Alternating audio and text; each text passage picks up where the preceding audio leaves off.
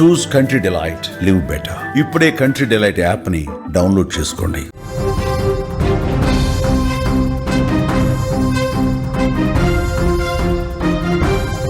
Branded ఔషధాల దిగుమతిపై 100% సుంకం. అలాగే ఈ నిర్ణయంతో భారత్ ఫార్మా ఎగుమతులపై తీవ్ర ప్రభావం పడనుంది. భారత్ ఫార్మా కంపెనీల ఆదాయంలో ఎక్కువగా అమెరికా నుంచే వస్తున్నాయి.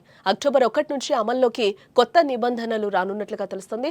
ట్రూత్ సోషల్ మీడియా వేదికగా కూడా ఈ ప్రకటన వచ్చినట్లుగా తెలుస్తోంది. భారత్తో ఓవైపు స్నేహాస్తం చాపుతూనే మరోవైపు విషం కక్కుతున్నాడు అమెరికా అధ్యక్షుడు డొనాల్డ్ ట్రంప్. ఇటీవల భారత్పై సుంకాల పెంపు విషయంలో కఠిన నిర్ణయాలు తీసుకుంటూ ఉన్నాడు. ఇప్పటికే భారతదేశం నుంచి దాదాపు అన్ని ఎగుమతులపై 50% సుంకాలు విధించారు. తాజాగా మరో పిడుగు లాంటి వార్త చెప్పారు ట్రంప్. బ్రాండెడ్ పేటెంట్ పొందిన ఔషధాల దిగుమతిపై 100% వరకు సుంకాలు విధిస్తున్నట్లుగా కూడా ప్రకటించారు.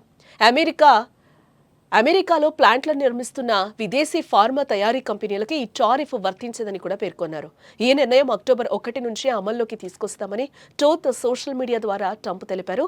డొనాల్డ్ ట్రంప్ నిర్ణయం భారత ఫార్మాస్యూటికల్ పరిశ్రమపై తీవ్ర ప్రభావం చూపబోతున్నట్లు విశ్లేషకులు ఆందోళన వ్యక్తం చేస్తున్నట్లుగా కూడా తెలుస్తోంది. అలాగే భారతీయ ఔషధ కంపెనీలకు అమెరికా ప్రధాన మార్కెట్. 2024లో భారత్ $27.8 బిలియన్ విలువైన ఔషధాలను ప్రపంచ దేశాలకు ఎగుమతి చేసింది. అందులో భారత్ $3.6 బిలియన్ విలువైన ఔషధాలనే అమెరికాకు ఎగుమతి చేసింది.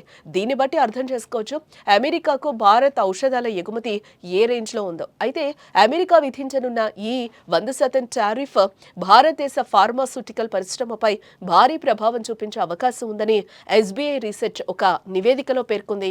అమెరికాలో వినియోగించే జనరిక్ మందుల్లో 45% పైగా భారత్ నుంచే సరఫరా అవుతున్నాయి.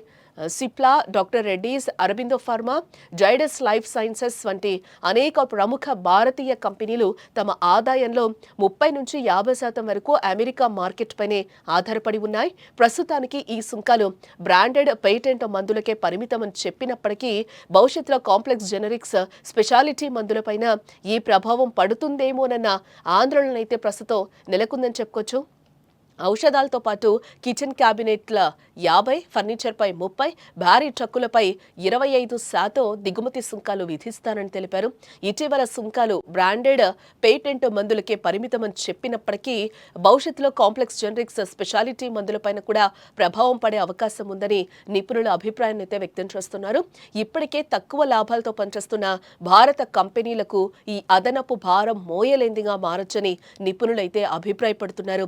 ఇదిలా ఉంటే దేశీయ తయారీని ప్రోత్సహించడం, ప్రభుత్వ బడ్జెట్ లోటును తగ్గించడంతో పాటు జాతీయ భద్రత కారణాల రీత్యా ఈ నిర్ణయం తీసుకున్నట్లు ట్రంప్ తెలిపారు.